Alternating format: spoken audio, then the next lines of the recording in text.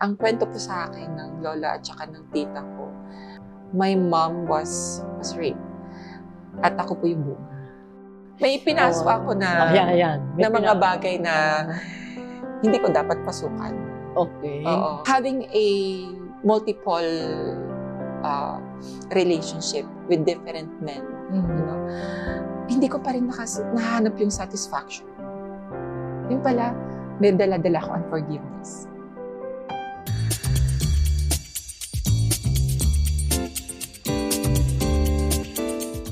Hello po! Welcome back po sa ating channel, sa Finding Hope with Ami. Ngayon po, super special ang guest natin. Isa po siya sa mga taong hinahangaan ko. Kahit na hindi pa, first time pa lang din po kami. Nung napanood ko siya talaga, hinangaan ko na kagad siya. Kasi ang dami niyang pinagdaanan sa buhay niya, ang daming challenges. Pero nanatili siyang matibay at nagtagumpay. At patuloy pa rin nagtatagumpay. Dahil siyempre, ang nilapitan niya, ang sumama sa kanya, sinamahan siya ay walang iba kundi ang ating Panginoong Jesus. I-welcome po natin ang ating kapatid na si Mark Steven Oblero.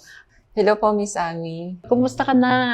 Okay naman po sa pagmamahal ng Panginoon. Hallelujah. Oblero. Taga saan ang mga Oblero? Ang Oblero po ay last name po ito nung grandfather ko. Oh, grandfather mo. Which is, ito po yung second husband po ng grandmother ko. Nakuha ko po ang Oblero na family dahil after 2 weeks pa lang na ipinanganak ako ng biological mother ko, iniwan na pa ako sa lolo't lola ko. Oh. Kaya ang nakalagay po sa birth certificate ko, Oblero po. Paano nagkaganon at ano yung mga pangyayari? So lumalaki ako na ang nakakasama ko, lagi yung lola ko. And then, 7 years old ako, doon po pumanaw yung lolo ko. Okay. Kaya mag-isa pong nagpalaki sa akin yung lola ko. Siya po talaga yung naging nanay ko na nag-aruga sa akin, na gumagabay sa akin, nagdadala sa akin sa school. Siya yung nagluluto ng almusal ko kapag papasok na ako. At siya yung, doon ako nakaramdam ng yakap ng isang ina. Ano nangyari doon sa tunay mong ina, yung biological mother? Nag-i-exist naman po siya during that time, pero wala talaga yung pag-aalaga niya sa akin. Bakit ganun siya? Ang kwento po sa akin ng lola at saka ng tita ko, my mom was raped. At ako po yung bunga. So, nung nakikwento po sa akin, kasi nagtatanong ako, bakit ganun yung approach sa akin ng mother ko? Mas mahal ako ng lola ko. Mas nararamdaman ko yung pagmamahal, yung tunay na care from my grandmother compared to my biological mother. And then, nung nalaman ko nga na ganun yung nangyari sa kanya, na parang doon ko mas naintindihan. Ilan taong kanya nung nalaman? Lately lang, nung namatay na yung mother ko. Oh. Kailan siya namatay? During pandemic po. So, growing up, medyo malayo po yung relasyon ko sa mother ko. Okay. At doon ko na-experience din na every time na nag-stay ako sa kanya, doon ako nakaka-experience ng verbal, physical abuse from her. Kahit na wala kang ginagawa? Or may ginagawa kang hindi niya nagugustuhan? Yung mga bagay na, bata ako noon, may mga bagay na, yung pag meron ako hindi maintindihan, meron ako mga pagkakamali. Ang response sa akin, kung hindi ako sisigawan, papaluin ako. Hindi lang siya palo, pero gumagamit ng mga 2x2. Ayan, yung mga naalala ko noon. Mga walis tambo. Ayan. So, iba yung disiplina sa akin. Pero pagdating sa lola ko, maayos yung pag-approach niya sa akin. Na merong care. Yun po yung pagkakaiba ng pag-aalaga ng lola ko at saka ng pag-aalaga ng biological mother ko sa akin. Hindi ka nagtanim ng galit sa mother mo noong mga panahon na yon? Honestly, dumating ako sa point na yon. Dahil may pagkakataon na nakita ko yung mother ko na nag-aalaga siya ng ibang bata. Which is my auntie's children. Okay. No? And namatay yung panganay. Nung namatay yung panganay, nandun pa yung pagdadalamhati ng mother ko. nangyari to, like middle of the night. Lasing yung mother ko noon. And then ako, nakahiga lang dun sa tabi niya, sabi sa akin ng mother ko, mas mabuting ikaw na lang yung namatay kaysa yung pinsan mo. At doon ako nakaramdam ng, Lord, bakit ganun? Is there something wrong with me? Ilang taong ka niyan? Second year high school na ako noon. Nung narinig ko yun sa mother ko. So, nagdadasal ka na noon, lumalapit ka na kay Lord? Oo. Because my grandmother is the first Christian Okay. sa family namin. Siya ang nagdadala sa akin sa church. Bata pala ako, mga 5 years old. Pero, kung babalikan ko yung childhood ko, nung bata ako, dahil nga yung lola at lolo ko noon, caretaker sila sa isang bahay. Okay. And then, kasama nila ako doon. So, during that time, kapag nagtatrabaho yung lolo ko at saka yung lola ko, ako lang naiwan mag-isang naglalaro. And then, doon sa pagki-caretaker nila, may driver po yung amo nila. At doon ako na ang unang naka-experience ng molestation. Ilang taong ka niyan? Sa pagkakatanda ko po, mga 6, below 6, something like that. Pero noon, yung time na yon, hindi ko alam na molestation yun. Ang alam ko lang noon, isa lang na paglalaro. Kasi niyaya niya ako doon sa loob ng jeep. And then, ang nangyari, may pinagawa siyang isang bagay sa akin na hindi ko alam na it's not good for me that time. Pero ang nangyari sa akin, dahil hindi ko alam na bad yun, hinanap ko siya. Na parang gusto ko siya ulit gawin. So, yun yung naging response sa akin. So, doon nag-umpisa yung pagiging pagkakaiba mo? Actually, nakaramdam ako ng pagkakaiba ko nung mga elementary na ako. Na nagkakaroon ako ng attraction with the same gender sa lalaki. Crush. And also, ang gusto kong laging makakalaro noon mga girls sa school. So, dahil nangyari yun, at tingin mo parang normal lang, at somehow nagustuhan mo, wala kang pinagsabihan sa nangyari na yun? Wala pa akong pinagsabihan noon. Hindi ko siya na-open sa grandmother ko and sa family namin. Hindi ka tinakot na huwag mong sabihin to kahit kanina? I think sinabi sa akin yan noon. Kaya hindi ko rin siya na-open sa family. Pero hindi ko talaga siya talagang inisip na mali. So, parang sa tingin ko, parang okay lang na gawin yun. Hanggang sa nag-elementary ako, doon ako nagkaroon ng attraction with the same gender. Okay. Nagkaka-crush ako sa classmate ko na lalaki. And then also, doon din ako naka-experience ng pagbubully. Dahil yung behavior ko, nung bata ako, malambot. Tapos hanggang sa, nung lumaki ka, nakasanayan mo na yan? Hanggang sa, actually noon hindi ko pa talaga siya gustong tanggapin. Kasi nga ang hirap nung binubuli. Ang hirap nung sa family din na na-experience ko na sinabihan akong malas ako kasi bakla ako. So ayaw mo ng bakla ka, sana? Oo. Ganun. Pero dumating ako sa point na what if embrace ko na lang yung ganitong buhay? Matagal na proseso po yun, Miss Ami. Kasi nung elementary ako hanggang high school, hanggang sa nag-college ako, although na alam ko na ito yung struggle ko, yung pagiging bakla, struggle ko sa gender ko, ay hindi ko alam kung paano ko siya susolusyonan during that time.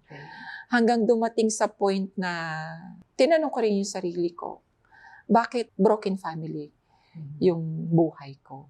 Kasi doon po talaga nag-start yun na nakikita ko yung ibang bata na meron silang buong pamilya. Meron silang nanay at tatay. Pero ako, meron akong nanay. Yung nanay ko, binububog naman ako. Meron akong lola. Although yung lola ko, caring siya sa akin, mabait siya sa akin, pero busy siya sa pag-work. And, pero wala akong tatay na pwede magdala sa akin sa school, pwede akong proteksyonan sa pagbubuli nila sa akin sa school, and also na magpo-provide ng mga pangailangan ko. Nagkaroon ako ng ganung question. Hanggang sa nag-college ako, dahil hirap po kami sa buhay. That time na, yung ngayon naisip ko na, mahirap na yung buhay namin. Binubugbog pa ako ng mga kamag-anak ko. Binubugbog ka nila? Oo. Dahil gay ka raw, gano'n? Or dahil iba ka? Or dahil sa pagiging gay ko or naisip ko parang doon nila nilalabas yung frustration nila sa buhay, Sa'yo. sa akin. Itong mga panahon na to, in-embrace mo na yung pagiging gay mo? O hindi? Nilalabanan mo pa rin? Nilalabanan ko siya, pero ang hirap labanan, Miss Ami.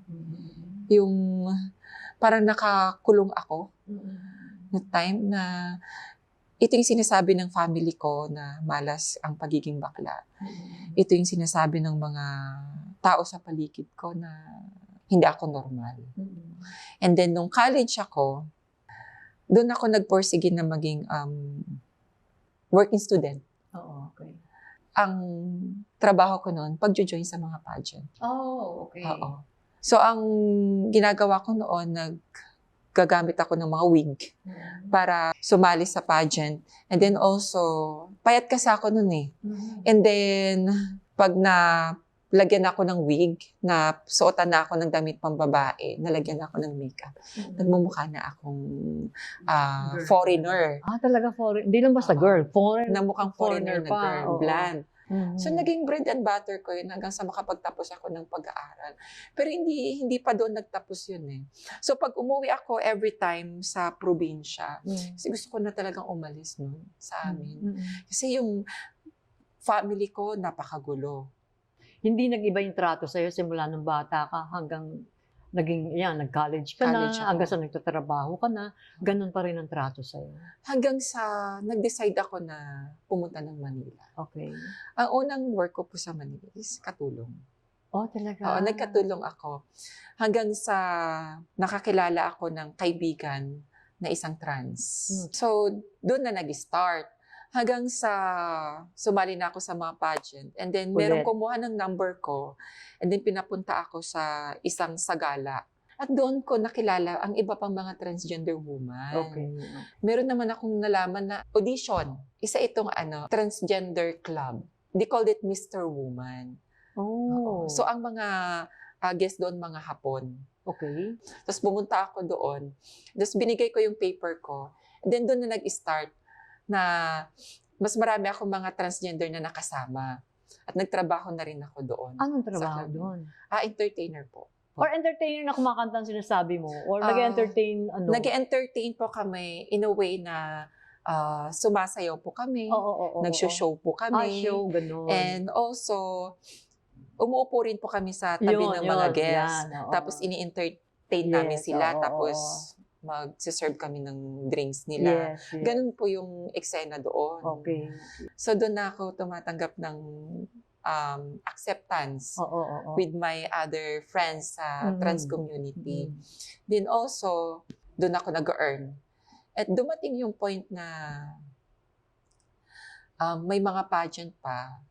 Doon na talaga ako nag-start na mamuhay bilang isang transgender. Doon hinakap mo na talaga? Doon ko na niyakap. Okay. And then, nagpatuloy na hanggang sa, narinig ko sumali ka rin sa Itbulaga. Ayon sa Itbulaga naman po, ito is, niyayala ako ng isang friend ko na mag-audition. Okay. So the first attempt ko na sumali doon, hindi pa ako nanalo ng daily. But in the next na season ng Super Serena, doon pa ako nanalo bilang Queen of Flowers. At doon po nakilala ang Sabel Gonzales na pangalan. Yun na, nagkaroon ka ng isang pangalan na Sabel Gonzales. Yes, doon pa ako nakilala. And nahirapan ka dyan? No, sabihin from Mark para maging Sabel, pinag-aralan mo lahat yan? Opo. Okay. And then, dumating na ako sa point na para talaga magmukha akong babae, nag-take na ako ng hormones. Hanggang sa tuloy-tuloy ka na, ganyan na yung buhay mo, in-embrace mo na yan. Ano pa yung mga nangyari? May pinasok ako na, na mga bagay na hindi ko dapat pasukan. Okay. Oo. So, dahil nga gusto ko na kapag bumalik ako sa probinsya, gusto kong patunayin sa pamilya ko na ito na ako. Meron akong maipagmamalaki sa inyo. Para matanggap ka nila. Para matanggap niyo ako. Sige. Para maipagmalaki niyo rin ako. At hindi niyo sabihin na malas ako. Okay. And then, nung time na nakapagbibigay na ako, bilang breadwinner sa family, nakakatulong na ako, doon nila ako natanggap. Kaya talagang in-embrace ko rin yung buhay ko bilang isang transgender woman. Dahil doon ako naka-experience ng pagmamahal. And then, after nun, may nakilala ako na isang American guy. So, lumipad po siya dito sa Pilipinas, galing Amerika, and nagbakasyon kami sa Boracay. Hanggang sa nag-propose siya sa akin doon na I want you to be with me in the US. Hanggang after 4 months, naprobahan po yung visa ko papuntang US. Hanggang lumipad na ako doon, nagsama na kami. Nung una, masaya. Talagang doon yung love. Pero habang tumatagal, naka-experience ako ng culture shock. Pagdating pala doon, ang kultura ng mga Amerikano, pagdating sa pamilya, they are very independent. Although, yung sa partner ko naman, okay naman.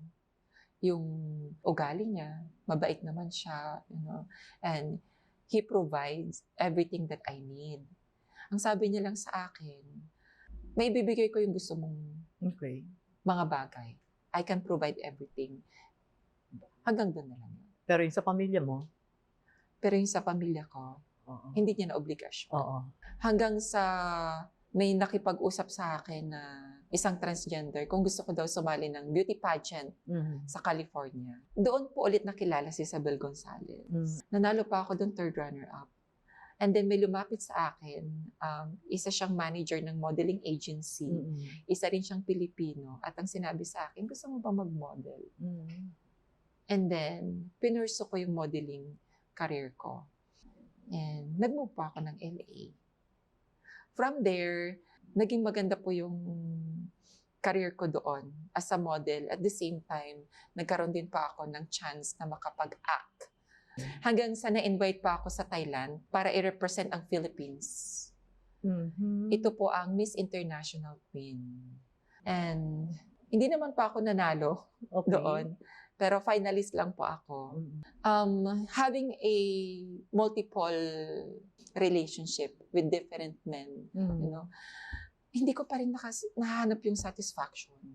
Oo. So kahit From my ex-husband, hanggang sa lumipat ako sa LA, nagkaroon ako ng ulit karelasyon doon. Hanggang sa, ito engineer naman yung naging karelasyon ko doon. Hanggang sa may nakilala akong lawyer. Hanggang sa, meron na naman ako ulit nakilala.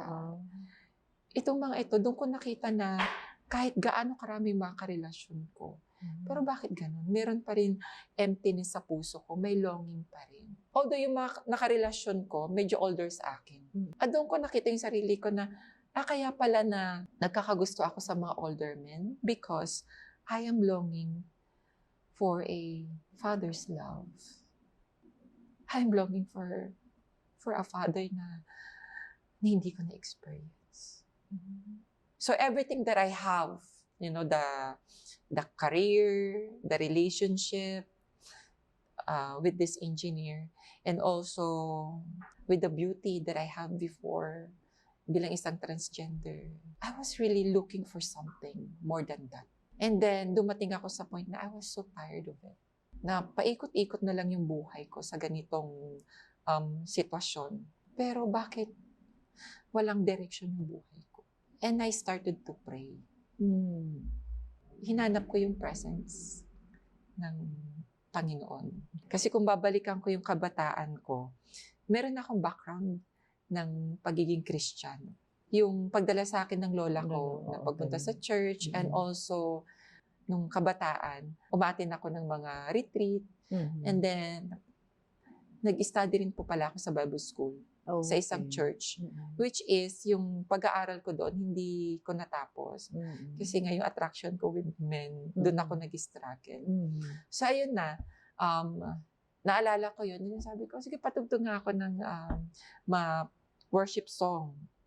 So while listening to the worship song, ito yung na-miss ko. Ito pala yung na-miss ko na nawala sa buhay ko nung nabuhay ako bilang isang transgender woman. And then, suddenly, naghahanap ako ng pwede kong pakinggan.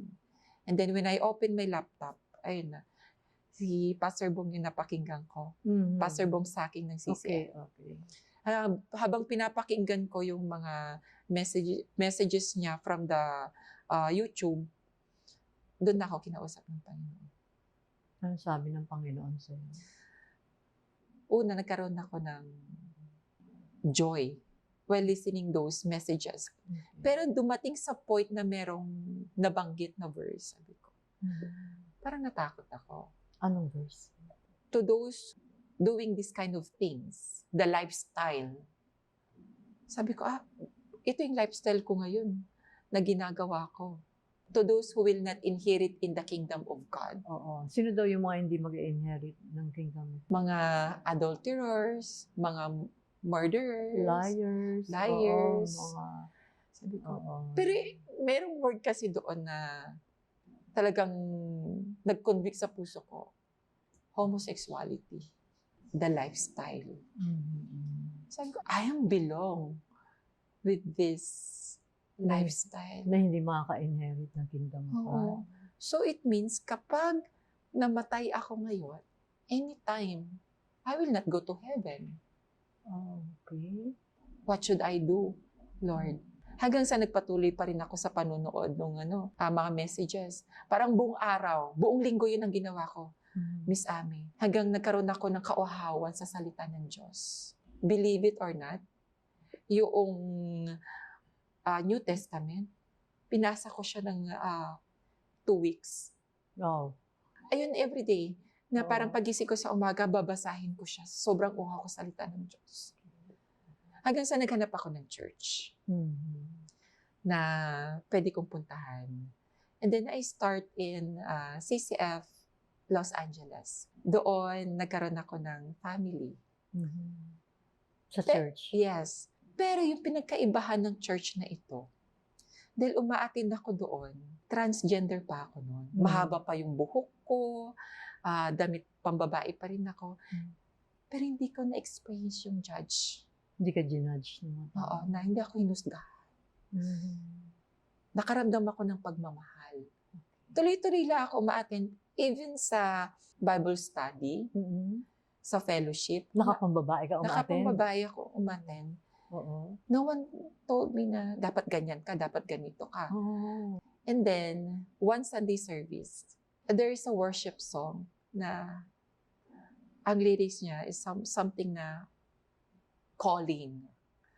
Sabi ko, calling from, calling ba ni Lord to para sa buhay ko? At doon dumating sa pagkakataon na, what if kaya bumalik ako sa dati kong buhay ulit bilang isang lalaki? After the Sunday service, pumunta ako sa barbershop. Nagpagupit ako ng buhok. It's my own decision. At nung pagkagupit ng hair ko, I felt something na freedom. Oo, actually, parang naramdaman ko na parang may umalis sa akin. Something na may natanggal. May natanggal. Na parang dating mabigat o may hawak sa'yo. Oo. Tapos, natanggal siya. And then pag-uwi ko, doon sa tinitirhan ko, kasi magkasama pa kami ng partner ko, yung huling partner ko nito. And nagulat siya na short year na ako. And then, sinabi ko sa kanya, ito yung sinasabi sa akin ni Lord ngayon. Sinuportahan niya ako. And then, nagpipray ako noon, Miss Anne. Lord, what is the next? Ipapagawa mo sa akin. Ano yung direction mo? Andito na ako ngayon. What is the next? Napanaginipan ko yung family ko. Ano yung panaginip? Na nagpupuri kami sa Panginoon. Wow! Umuwi ako ng Pilipinas. Nung pag-uwi ko dito sa Pilipinas, pinuntahan ko yung family ko. At pinuntahan ko yung mga taong kailangan kong i-forgive. Sino-sino yun? Family. Dahil doon ko nakita na nung nasa US ako, andun na lahat eh. Yung career, yung pamumuhay ko na bilang isang trans, yung pagkakaroon ko ng relasyon. And then, bakit parang ang bigat pa rin ng pakiramdam, yung puso ko. Yun pala, may dala-dala ko unforgiveness. Nung umuwi ako noon, niyakap ko yung relatives ko, family ko, and especially my mom. Yung Pinuntahan mother mo siya? ko, nung pinuntahan ko, nag-usap kami. Oo. Sorry sa lahat ng nagawa ko sa inyo. Oo. Ako po yung nag-forgive, actually. Oo. At doon ko naramdaman na, ito pala yung freedom na Mhm. nararamdaman ko. Pero yung proseso na yun, yung pagbabalik ko bilang Mark Stephen, ulit bilang from being transgender woman, is not an easy process, Miss Ami. Ano yung mga pinaggagawa mo para mapunta, ano yung mga prosesong pinagdaanan mo para makabalik doon? Yung facing kasi nung pagbabago ng buhay ko, actually, parang minadali ko siya. Na hindi ko rin alam kung talaga bang inalaw ng Panginoon yun. Kasi yung proseso na yun, hindi ko napaghandaan, Miss Ami. Na meron pala akong dadaan ng mga stages of detransitioning. Na kung saan, nag-experience ako ng depression. So, nahirapan pa ako doon, Miss Ami, sa unang detransition ko, yung pagbabalik ko bilang isang lalaki. Dahil, nakikita ko na yung sarili ko na, ito yung buhay ko na gustong kalimutan. Yung pagiging lalaki o yung pagiging babae? Ano yung gusto mong Yung kalimutan? pagiging lalaki noon. Oo, gusto mong kalimutan Oo, noon. naakala ko, para sa akin, madali lang siya. So, nung nakikita ko na talagang nandun na yung itsura ko na, wait lang. Meron akong kailangan na hindi pa ako healed. May mga parts pa sa buhay ko na hindi pa ako totally healed pala during that time. Na kahit na Christian ka na, hindi pa healed. So, yung pagbabalik bilang Mark, doon ka nahihirapan. Kahit na gusto mo, pero nahihirapan ka. Dahil may mga trauma ako. Okay. May trauma ako nung kabataan ko na hindi ko siya na-address. Na parang in denial ako sa mga bagay na to. Ano yung mga traumang yun? Yung trauma na hindi ako accepted. Yun, okay. Pag ito yung itsura ko. Dahil yung naranasan ko na pagbubuli. Oo. Na parang sabay-sabay, Lord, parang andito ako sa trials na to. Andito ako sa depression na to. Andito ako sa trauma na parang kailangan kong balikan yung lahat. Pero ang pagkakamali ko, hindi ako nagtiwala sa Diyos. Na Lord, here I am, na sinusunod ko naman yung mga gusto mong gawin. Pero parang ganyan, parang mahirap. Yung dumating yung mga trials na yon, nag-give up ako. And I decided again to go back to my old lifestyle. Bumalik ako ulit bilang Sabel Gonzalez. Okay. 2 years. And how During was the pandemic. Kumusta yung 2 years na yun? And that 2 years, hindi siya naging maganda. Doon ko nakita yung sarili ko na wala na akong babalikan sa ganitong buhay. My season living as a transgender woman, tapos na.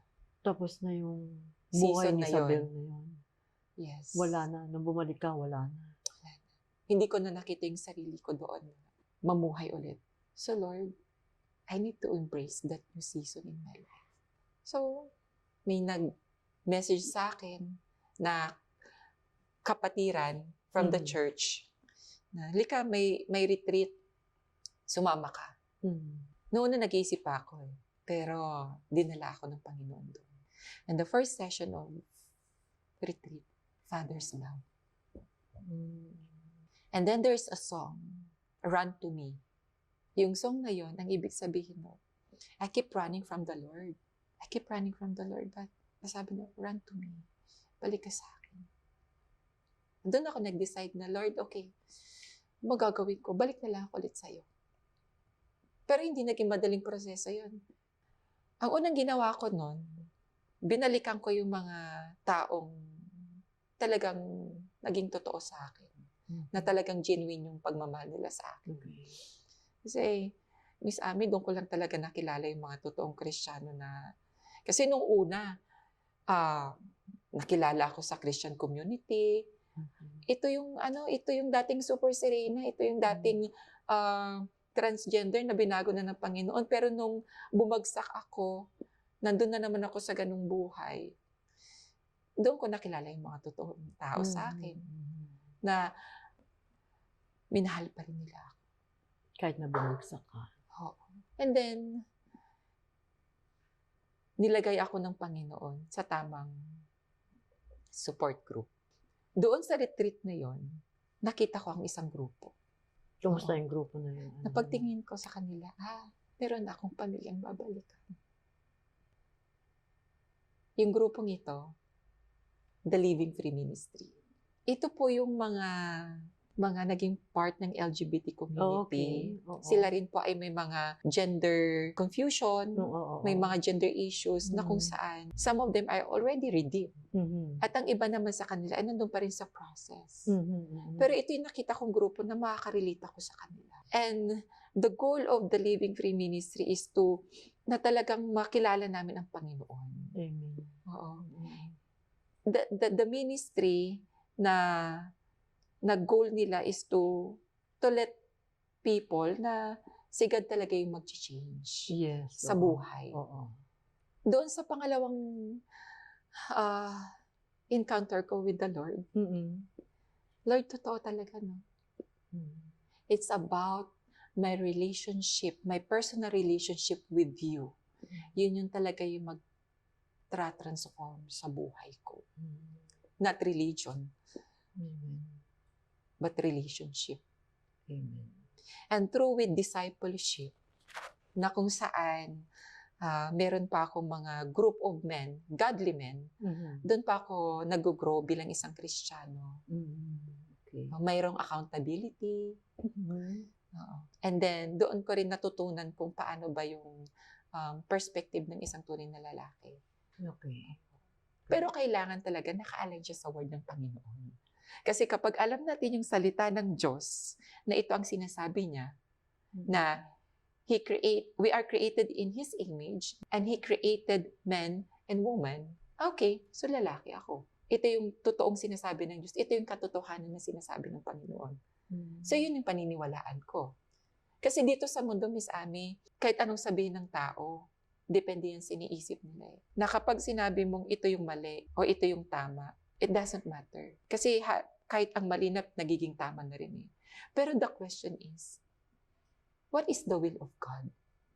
Ano nga ba yung kalooban ng Panginoon regarding with my gender and with my identity? At ito yung kalooban ng Panginoon na sinasabi niya na totoo. I am a man and I'm His child. And from that moment, na nalaman ko yun, oo nga, ito yung buhay na binigay sa akin ng Panginoon that I need to embrace. Ito yung dapat kong isa pamuhay. Yung katotohanan. Nayakap mo na ng buong buo yan. Masasabi ko ngayon.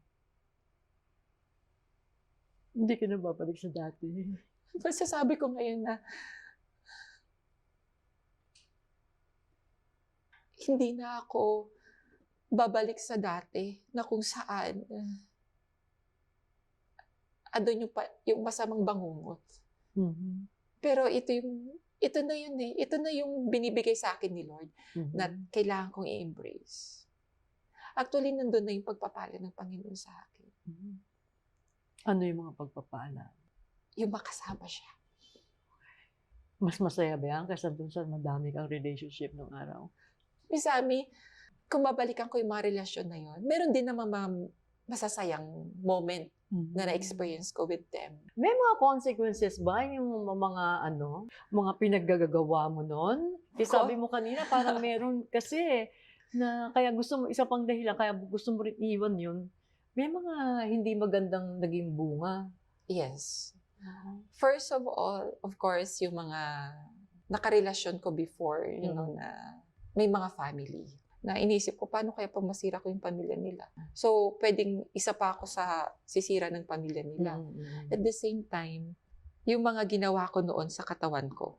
Kasi itong katawang to, design to ng Panginoon, na lalaki talaga. Pero yung mga ginawa ko noon na para lang maghulmang babae, pagtitik ng hormones, Oo. pagkakaroon ng mga silicone oil injections, Okay. ayan, na hanggang ngayon, na-experience ko pa rin yung consequences. How far did you go? Hanggang saan extent yung ginawa mo para maging babae? I did some surgery. Nagkaroon pa ako ng breast augmentation. Tapos dito po sa hips ko, may injection po dito, silicone oil, na kung Okay. saan hindi pa ako pwedeng humiga sa papag or sa matigas na higaan. Oo. Or kung pag natatamaan po siya, para na pa akong sinuntok. Ganun po Ganun kasakit kasakit. ang nararamdaman ko. Oh. So may mga ganon Mm-mm. na na-experience ko, na consequence nun. Kaya sabi ko, Lord, by your grace na lang po talaga kung bakit pa ako nakakatulog Mm-mm. ng mahimbing sa gabi. Mm-mm. Bakit? Ba't mo pinupursu na bumalik doon? Gusto kong i-honor si God. Mm. And knowing His character as a holy God, Lord, kung mag-i-stay ako sa ganitong pamumuhay, from living in immorality, in homosexuality, it's not pleasing you. Because you are my Father that is holy, I need to be holy also. At doon ko nakikita na God wants me to keep my purity. Pero ito yung buhay na ibinibigay sa akin ngayon ng Panginoon, na hindi lang siya dito sa lupa. Hindi lang siya temporary. But it's for eternal. Having an intimate relationship with the Lord, mas doon ko siya nakikilala. Miss Amy, ang dami ko pa pong flaws. Ang dami pa pong kailangang ayusin sa buhay ko. Pero itong mga flaws na to, itong mga bagay na kailangan pang ayusin sa buhay ko. Ang sabi ng mundo, yakapin mo. Nasabi ng mundo and use it for your good. Yes, ayoko maging in denial na meron pa rin akong mga struggle, meron pa rin akong pinagdadaanan, meron pa rin mga pagsubok sa buhay ko. Pero napakasarap na habang pinagdadaanan mo to, sinusurrender mo to kay Lord. At doon ko nakita na ito pala yun, na yung relasyon ko sa ating Panginoon, na hindi lang pala ako lumalaban mag-isa, kundi kasama ko siya. At the same time, lumalaban ako, hindi lang para sa sarili ko. Pero marami pa pong mga souls, mga kapatid, mga kaibigan ko from the LGBT community that they really need to have personal relationship with the Lord. At yun yung gusto kong i-share. Yung pagmamahal ng Panginoon. Minsan natatanong ko you feel love? Sa laban na ito, sa battle na ito, Miss Amy, I can't do it on my own. Hindi ko kaya mag-isa.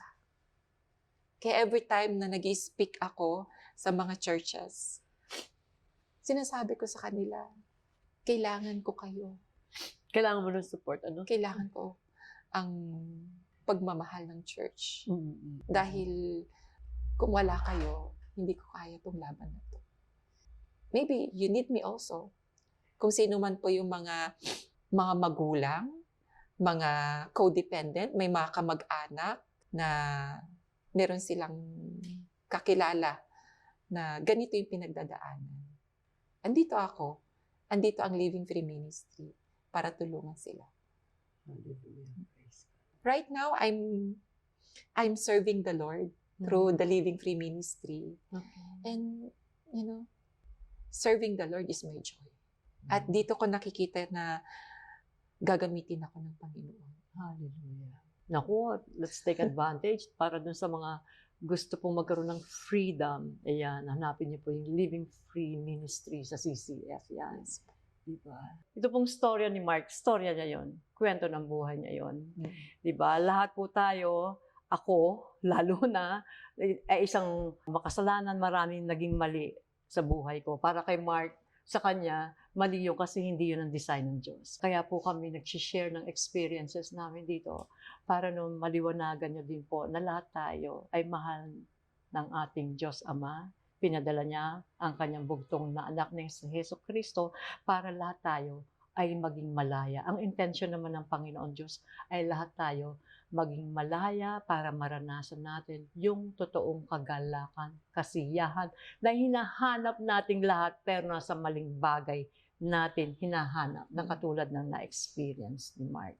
Kaya sana po magkaroon po tayo ng pangunawa sa lahat ng pagmamahal ng Panginoon Diyos sa atin at wag po natin husgahan yung mga taong may nagagawang mali. Bagkus po, tulad na sinabi ni Mark, naranasan niya yung may yumakap sa kanya, yung may nagmahal sa kanya ng tunay.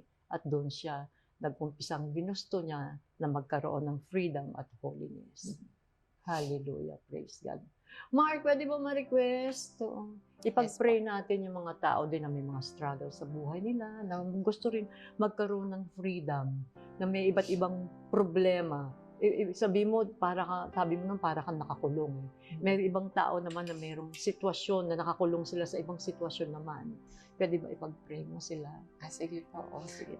Let's pray. Father God, Lord God, we pray, Panginoon, sa aming mga kapatid na meron pong same struggle.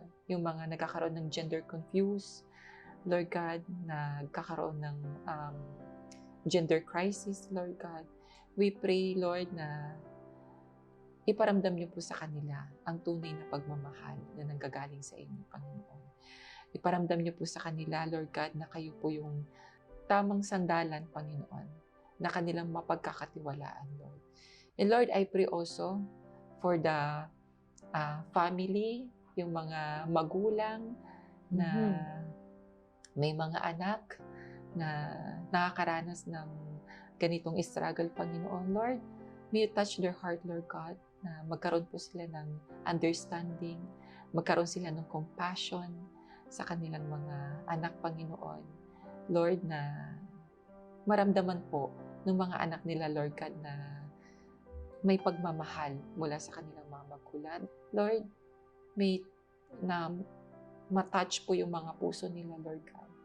Lord, it's not from us yung transformation, but the true transformation ay magagaling sa inyo, Panginoon. Salamat po, Lord, na sana maramdaman po nila yung pagmamahal na yun, na ibinigay niyo ng Panginoon sa kanila. Salamat po lahat. Pagkaingatan niyo po sila, Panginoon, in Jesus' name. Pray. Amen. Amen. Again po, maraming salamat ulit. Inaasahan po namin, pero hindi, sigurado po kung marami kayong napulot at marami po sa inyo napagpala din sa kwento ng buhay ni Mark Steven of Bolero. Hanggang sa susunod po, dito pa rin po sa Finding Hope with Annie. God bless po sa inyong lahat.